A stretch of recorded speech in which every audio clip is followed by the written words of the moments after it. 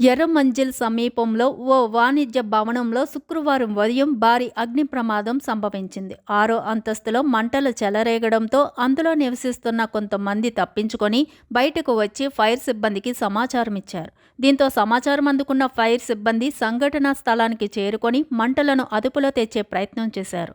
లోపల చిక్కుకున్న పలువురిని పోలీసులు, అగ్నిమాపక సిబ్బంది రక్షించారు.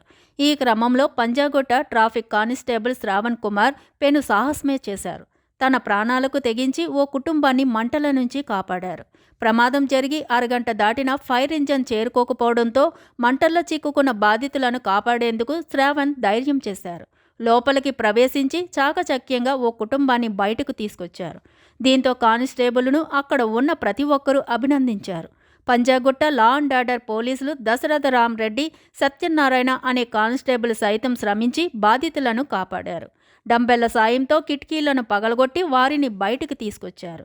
కాగా ప్రమాదానికి షార్ట్ సర్క్యూట్ కారణమా లేదా గ్యాస్ సిలిండర్ లీక్ అవడమా అనేది తెలియాల్సి ఉంది. ప్రస్తుతం మంటలు అదుపులోకి వచ్చాయని తదుపరి విచారణ చేపడతామని పోలీసులు తెలిపారు. మెయిన్ రోడ్డుకు సమీపంలోనే ఈ ప్రమాదం చోటు చేసుకోవడంతో జనం తీవ్ర భయాందోళనకు గురయ్యారు.